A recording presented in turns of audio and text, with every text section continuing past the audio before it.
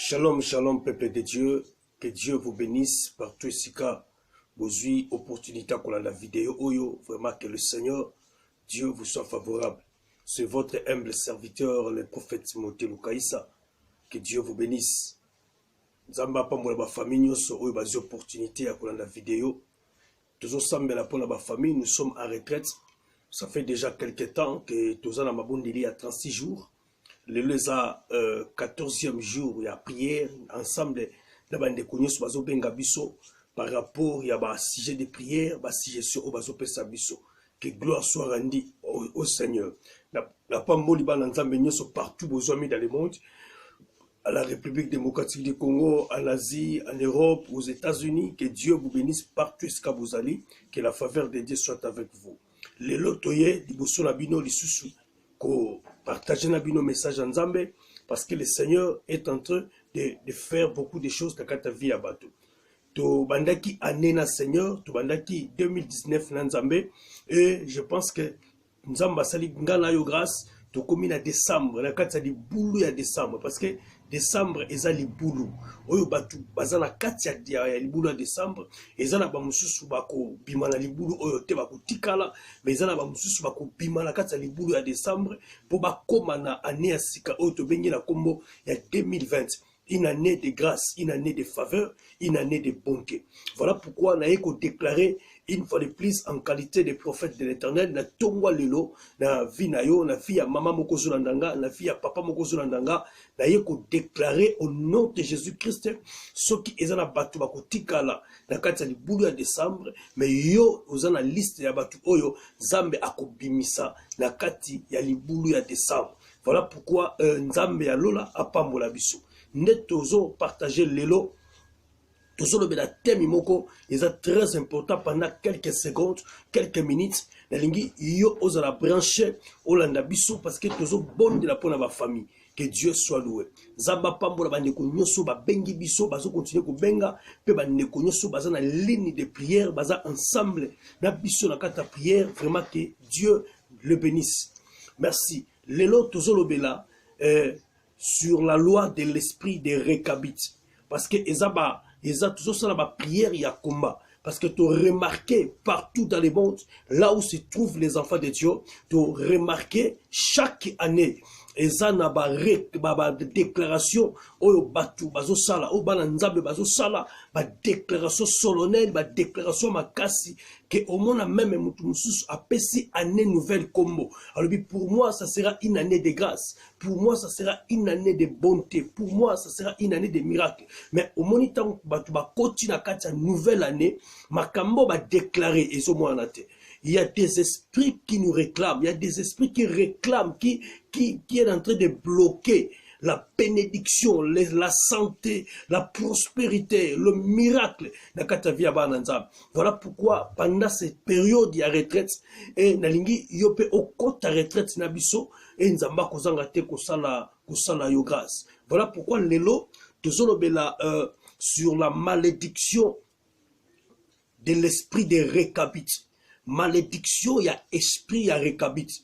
La fois passée, tout le bela qui malédiction, il y a nidité, mais le lot, tout le bela, la malédiction sur la loi de l'esprit de récabite.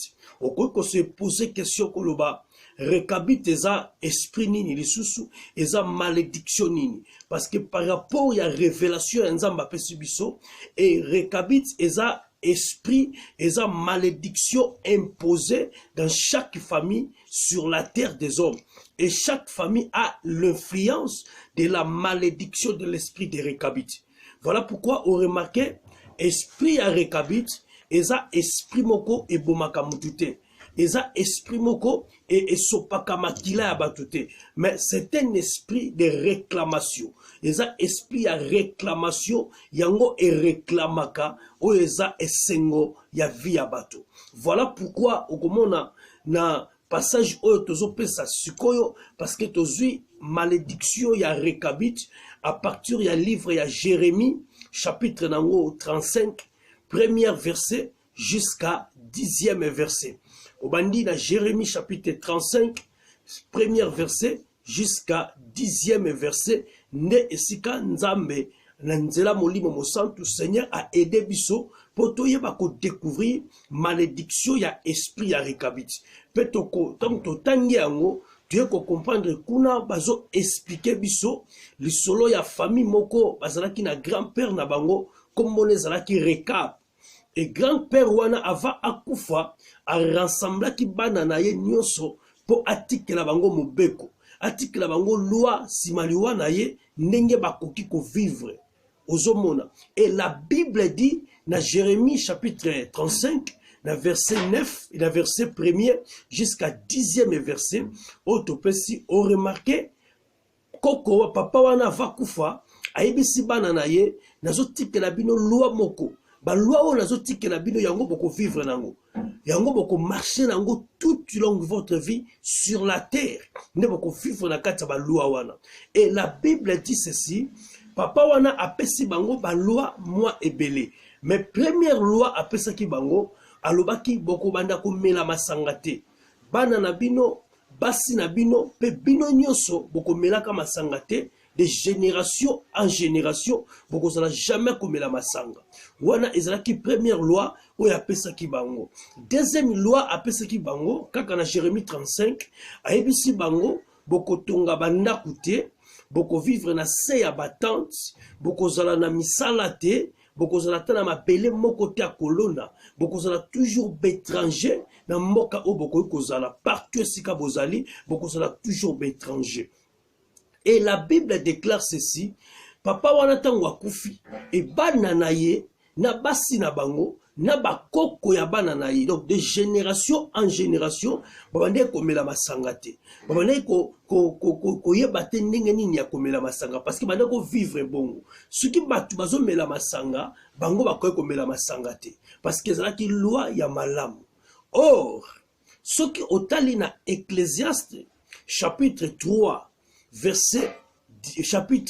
chapitre 10, verset 19. Sokotali malamu na Ecclésiaste, chapitre 10, verset 19. Au comment la Bible zolobaboye, Dieu a donné 3 choses à l'homme de vivre sur la terre.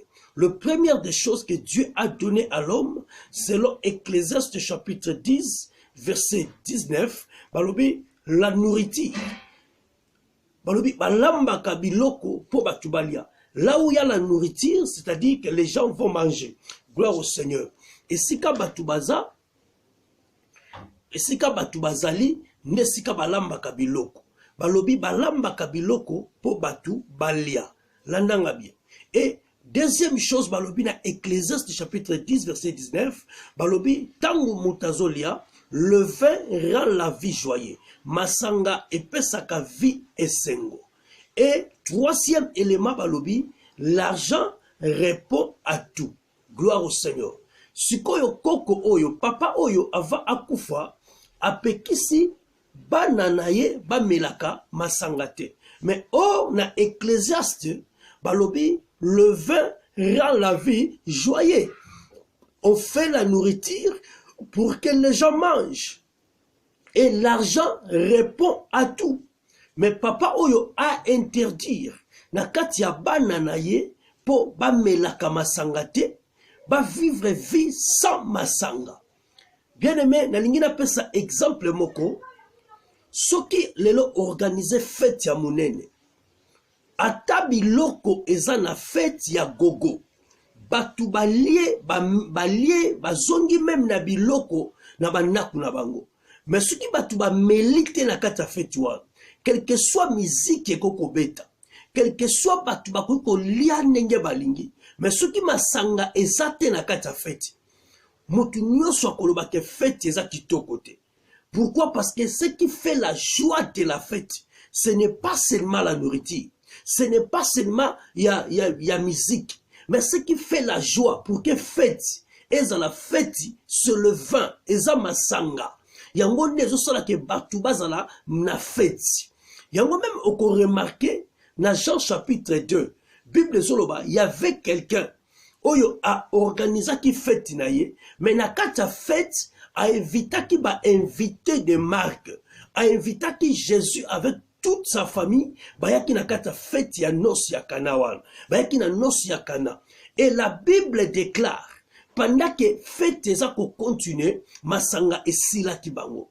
Et tango masanga esili, batu balongoli esengo, batu bakomi ko murmurer, batu bakomi ko critiquer fête wana. Balobi non, fête ya boeza ndenge ni masanga eza te to vivre comment.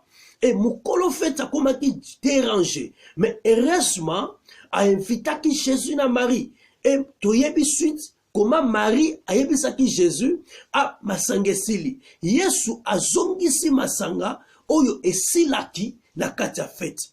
Donc c'est-à-dire Jésus dans la vie, il a fait wana, il était obligé ya kozongisa masanga la fête parce que lui il était là. Amen. Parce que présence ya Marie, présence ya Jésus, c'était l'accomplissement de Ecclésiaste chapitre 10 verset 19. Papa oya pekisi bango masanga. Nalingi to vanda muke na kati ya masanga oyo papa oyo apekisi bana na ye de génération en génération. Masanga oyo apekisaki bango, peut-être koko loba prophète alinga loba nini na masanga oyo. Parce que année 2020 eza année ya faveur, année ya grâce. Esprit ya rekabit elongolaka mutu esengo guya komela masanga. Or masanga oyo bazolobela awa eza primicité. Masanga oyo bazolobela awa eza dopelite, eza whisky te, eza Johnny Walker te. Masango bazolobela awa oyo koko na bango apekisaki bango, c'était la joie de vie. Esengo ya bomoi. Amen. Donc c'est-à-dire loi ya rekabit eza esprit oyo ba imposaka yango na kati ya vie ya moto, na kati ya famille moko, na kati ya libala moko, na kati ya couple moko. Et rôle ya esprit ya rekabit wana eloko ya liboso elongolaka esengo ya vie na kati ya moto, esengo ya vie na kati ya musala. Parce que masanga wana oya pekisi bango eza ko représenter la joie de vie. Parce que là où il y a le vin, c'est là où il y a la joie. Donc ezana batu ebele lelo bazolanda ngai partout dans le monde de Sikabozali. Ba imposa na kata famille na bino esprit ya rekabit. Et cet esprit a réclamé déjà esengo ya vie ya famille na bino. Okokolo ba papa a réclamé ndenge nini. Rekabit e bomaka mutu te. Cet esprit est tuaka jamais mutu. Mais esprit oyo et réclamaka esengo ya vie. Et réclamaka joie ya destinée à mutu. Je peux donner 3-4 exemples. Premier exemple, na koko pesa, okomona mutu tangu azalaki epa ya baboti na bango. Tangu na bala kite, azo vivre vie ya ba loyenge. On remarque azo bota bana na ndako ba para. Mais quand Dieu a exaucé sa prière, Nzamba salié grâce a su libala ya bien. Nakata libala akena ndaku na ya libala. Mais nakata ndaku libala depuis à kota jusqu'à présent azobotate. Oh mukolo azokende na libala ne rekabit esprit ya réclamation et yibie esengo ya libala. Au lieu à se réjouir nakata libala, mais yie moko a se pelaka na libala wana te. Pourquoi? Parce que depuis akenda azobotate.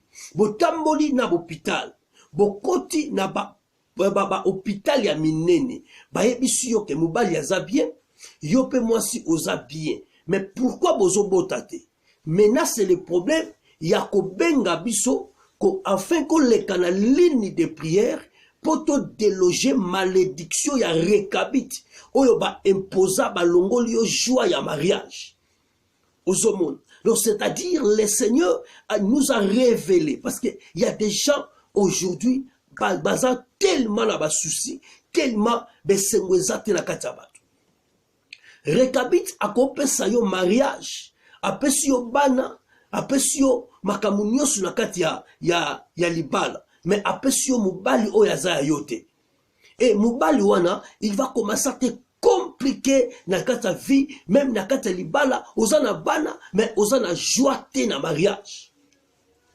Mubali ozui aza vrai compliqué. Donc ce n'est pas ton mari, ce n'est pas lui qui est mauvais, mais il est possédé par l'esprit des Récabites afin que azala porte bonheur te na kati ya libala pona yo.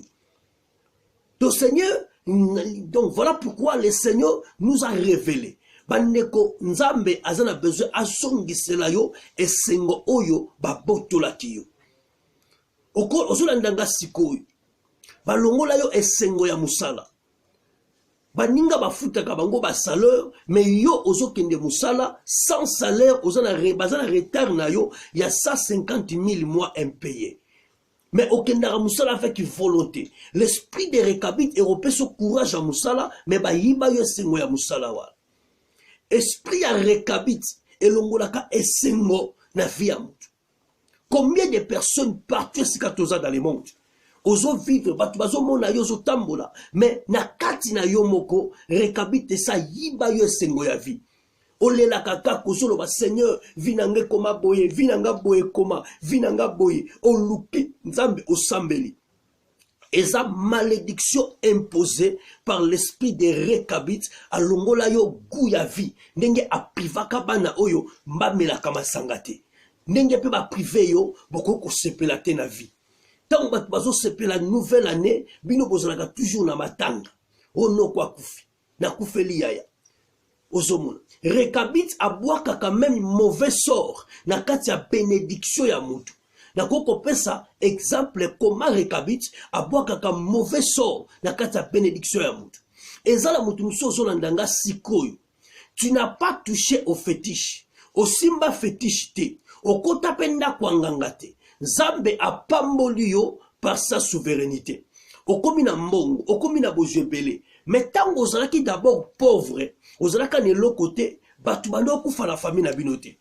Batu bazalaka normal. Mais depuis okoma na mbongo, l'esprit ya Récabite abwaka mauvais sort na kati ya famille na yo. Abwaka mauvais sort na kati ya vie na yo. Depuis okoma na mbongo, batu bakoma kokufa na famille. Batu bakoma kokufa na famille. Soki muteko kotalo okabeli $100 après un mois kufi. Batu bakoma lo bakebozwi na weza ya kisi. Yo moko oza na conscience pire ke ngandenge na zabo ina za na kisi te. Mais lokola batu banda kokufa te. Lelo yo komi na mbongo batu bakomi kokufa. Tout le monde bakomi kobanga kolia mbongo na yo. Bakomi kobanga même kosola na yo. Pourquoi? Parce que bazo mona déjà suspect. Et ça mauvais sort ya esprit ya Récabite alongoli yo joie ya bénédiction o nzamba pesi yo. Même yo moko mko vando comme yo kasu souci monga ngona zanango bozo ngona zanango me bande konanga moko baso ndimanga ite baso monanga mabe batu bakomo kufa be pona nini. Oh Bible zoloba c'est la bénédiction de l'Éternel qui enrichit. La lingi nzambe a protégé les pamboli ya mutu moko oya pesiye. Et des deux, bande ko nyoso bozala ba souci, ozo regretter, ozo batela ko sala nini, ozo batela ko kende Récabite ça yibi esengo ya vie.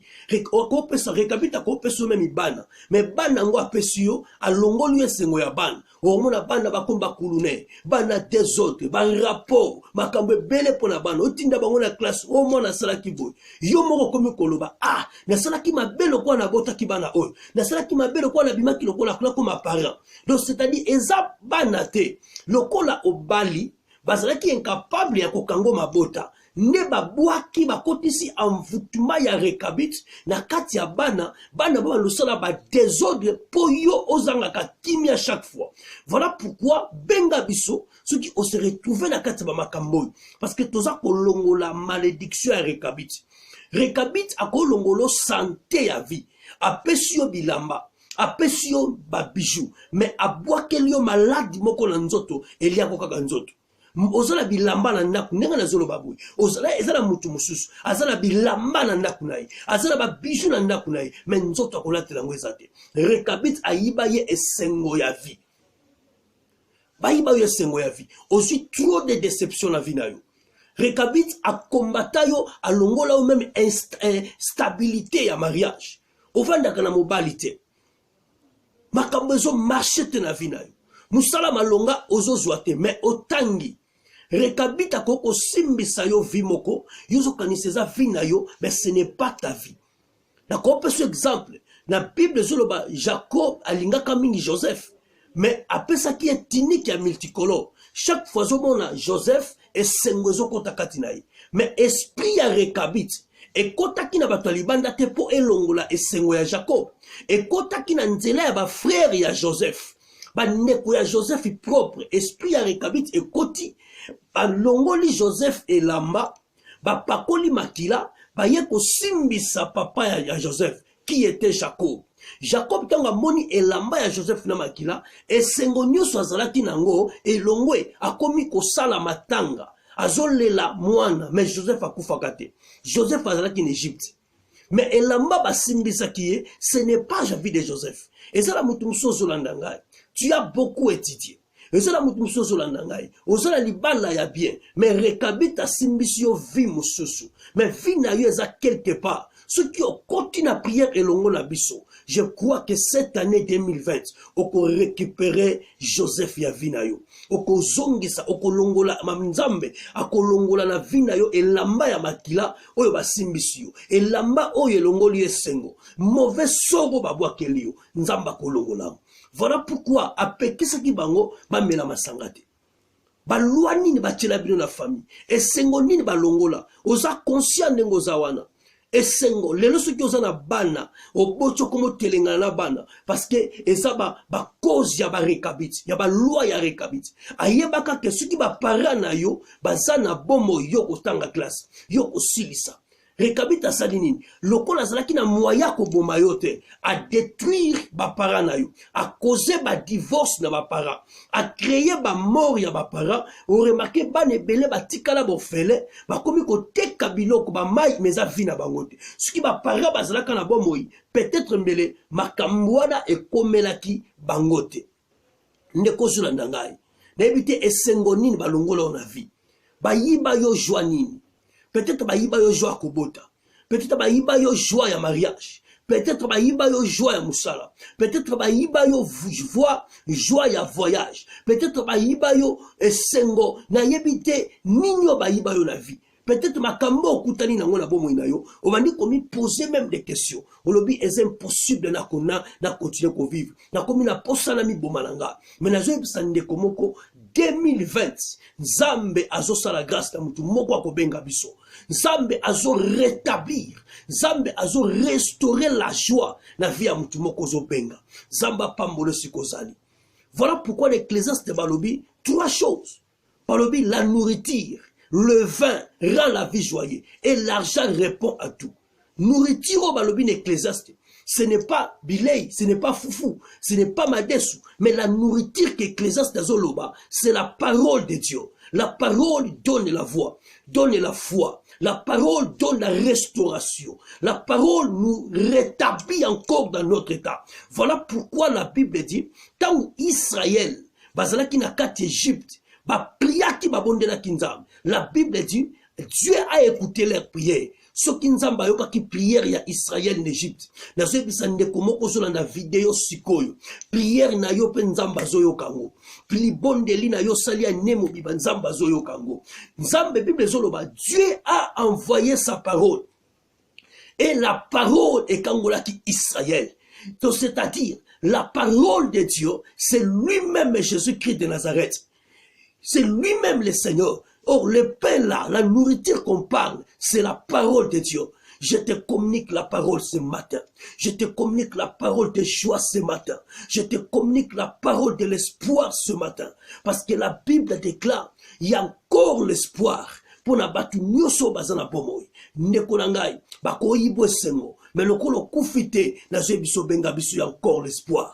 Ne perdez pas encore l'espoir. Kokine ko consulter ba féticherte, kokine ko consulter ba ngangate, mais appelle-nous. C'est y a encore l'espoir pour la batu nyoso bazana pomoy. Dieu n'est pas un Dieu des morts, mais Dieu, il est le Dieu des vivants. Comme tu es en vie, quel que soit bakanga okobota, quel que soit ozana sida, quel que soit problème nyoso ozanango, benga biso. Zambe aosala mutumoko grâce. Et Bible Zoloba, la nourriture c'est la parole de Dieu. Je te présente la parole. Reçois cette parole. Reçois la parole de foi. Reçois la parole d'encouragement. Parfois si kozali, prends encore courage. Lève-toi encore. Crois à toi-même. Crois à ton futur. Que demain, Dieu va te faire grâce. Et la Bible dit, Quand Moutazolia, le vin est à côté, il rend la vie joyeuse. Donc, c'est-à-dire, quand la parole de Dieu est au côté de la vie de Suko, tika lilobana nzambe, et songi selayo, et sengo. Et songi selayo, joie à vie. Et songi selayo, joie à mariage. Et songi selayo, joie à musala. Mboko ozali. Ce qui va tout bazo souffrir. Balongola kayo sengo ya mboko ozali. Tika la parole de Dieu. Et donner joie à la katavina. Zwa esengo la musala, zwa esengo la classe na yo, na déclare yango. Ceux qui mutumo kwa zone melongo na ngai, loba na ngai, je reçois au nom de Jésus-Christ. Et la Bible dit, l'argent répond à tout. Or, je me pose la question, est-ce que l'argent répond à Cananios? Et ça, non et non, l'argent ne répond pas à tout. Si l'argent répond à tout, mais les présidents minés, les milliardaires, les millionnaires, mais les koufaratés, mais les mongo koufaratés. Et c'est par là que j'ai compris, l'argent ne répond pas à tout. Or, l'argent qui répond à tout, c'est le Seigneur Jésus-Christ de Nazareth. C'est lui la personne de l'argent qui répond à tout. Alors, venez à moi, vous tous vous qui êtes chargés et fatigués, moi Jésus, je vous donnerai le repos. Or, le vrai repos, c'est Christ qui donne. C'est lui qui est l'argent répond à tout. Voilà pourquoi je suis venu dire à une personne, dire à une personne, dire à mon frère, à ma mère, à mon grand frère, à ma soeur, il y a un Dieu qui est capable, il y a un Dieu qui est capable, il y a pour rétablir encore ta santé, il y a un Dieu qui est capable, il y a pour restaurer encore ton travail, il y a un Dieu qui est capable, il y a pour rétablir, il y a pour restaurer, parce que la Bible dit, la gloire du deuxième maison sera plus grande que la gloire du premier. Que Dieu te bénisse là où tu es. Peut-être je ne sais pas. Benga biso. Loya rekabit et réclama nini na vinayo. Anne, loya rekabit et lelisaka et tamulayi. Et yibaka ye Samuel. Et yibaka ye Samuel. Alléla, alléla, alléla. Mais tsukanango, nzamba pesaka ye Samuel. Là où il y a la délivrance de l'esprit de rekabit, la joie est kotaka.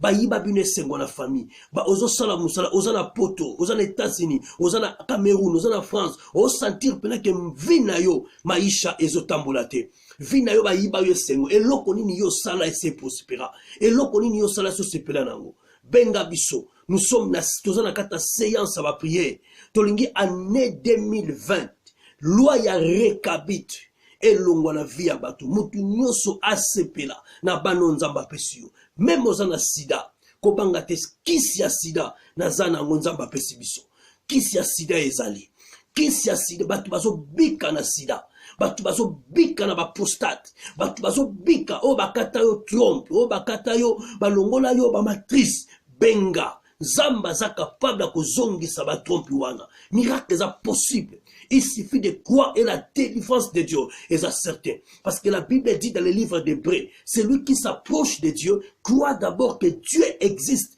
et il est le rémunérateur de ceux qui le cherchent. Que Dieu vous bénisse, que Dieu vous soit favorable. Toujours c'est la carte appelle Nabino.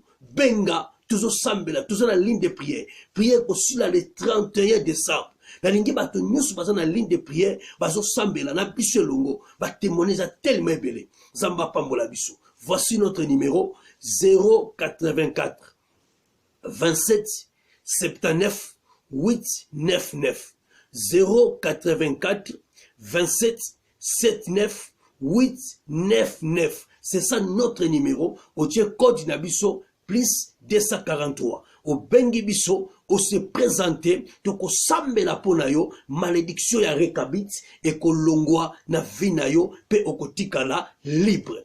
Que Dieu vous bénisse. Amen.